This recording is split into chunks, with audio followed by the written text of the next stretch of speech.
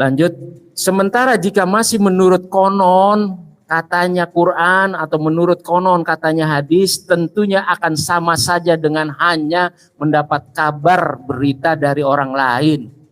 Konon katanya si Anu, konon katanya kiai, konon katanya ulama, dan seterusnya. Tidak terasa bahwa diri pribadi telah dibohongi. Diri pribadi tak akan tahu bahwa sesungguhnya itu tanda berbohong yang langsung kepada yang agung maha suci Allah. Nantinya bakal berakibat pada kebohongan itu datang kembali menjumpai kita. Awal, akhir, atau cepat lambat bakal datang kembali kepada dirinya dengan cara yang halus, sehingga akibat bakal merugi dunia akhirat. Oleh sebab itu kita mesti bersungguh-sungguh dan pantang berbohong meski ridho dalam menerima serta ikhlas dalam memberi. Sebab yakin yang agung maha suci Allah maha mengetahui, maha menyaksikan siang dan malam, serta yang agung maha suci Allah tak mau kehutangan budi.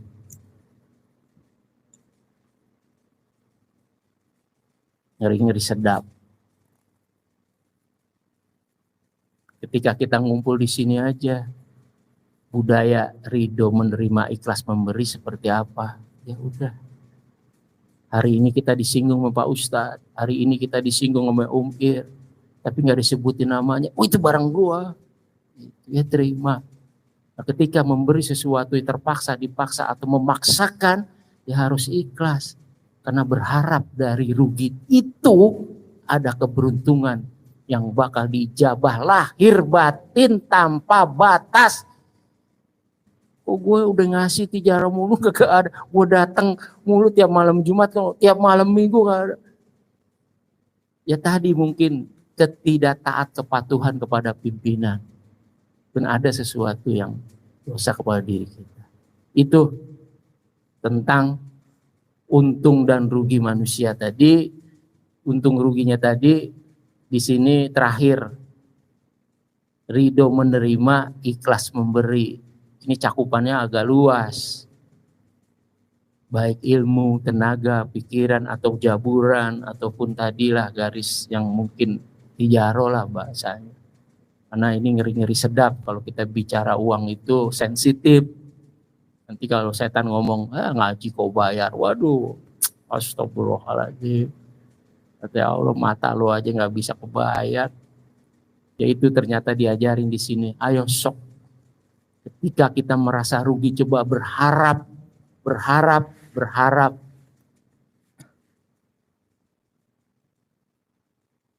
Agak sulit saya ngomong berharap ini. Karena tadi bahasa sejarahnya Ustadz Usman tadi, orang yang udah beramal habis kok bangkrut gitu tulisan neraka. Bodoh amat, gue tetap ngaji, mau diseretin rezekinya gak? Mau dikasih apapun, dirubah sama Allah. Udah cukup ini, gue beresin semuanya.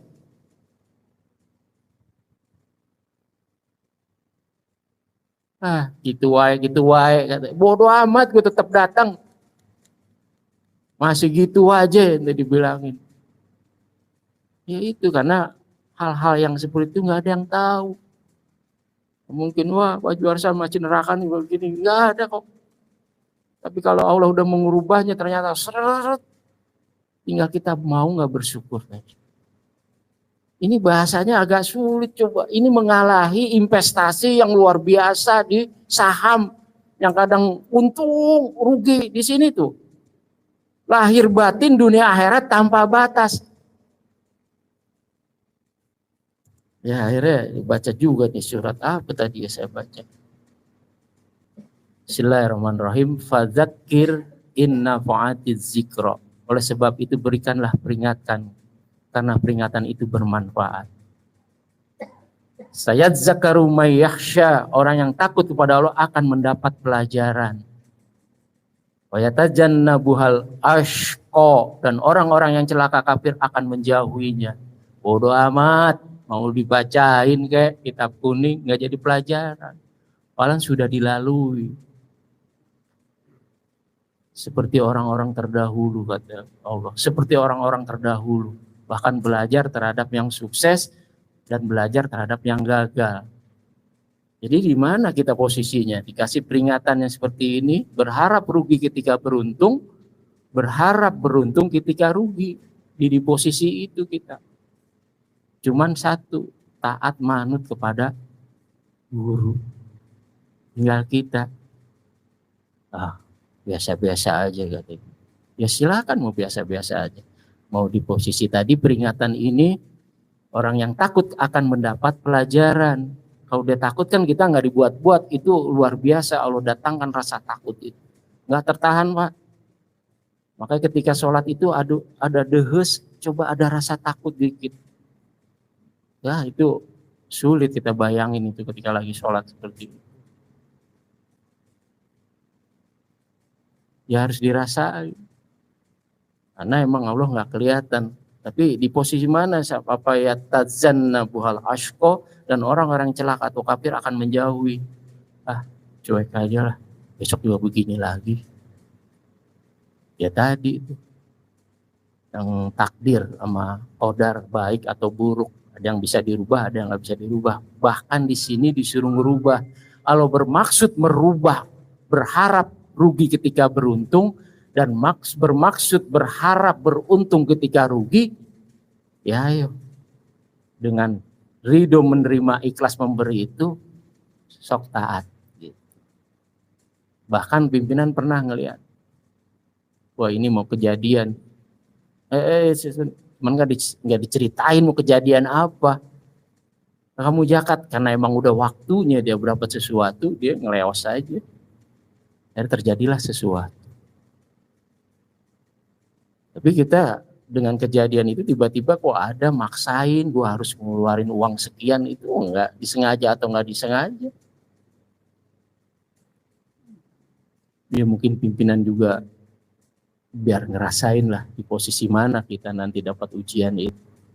Insya Allah, karena banyak hadisnya itu, dengan mengurangi musibah itu salah satunya sedekah atau meminimalisir, bahkan menghapus. Ya ini nggak mengajari lah, ini juga untuk saya karena saya juga belum sampai di situ ya, karena terus itu bentar lagi sedikitnya ya. Jadi sekali lagi kita baris bawahi tadi, fadzakir in nafa'atiz zikra, oleh sebab itu berikanlah peringatan karena peringatan itu bermanfaat. Kalau emang ini bermanfaat, berarti kita termasuk orang yang takut kepada Allah akan mendapat pelajaran. Kalau orang takut kepada Allah, pelajaran. Ayo sok. Stabiqul khairat kan tadi di dunia tadi.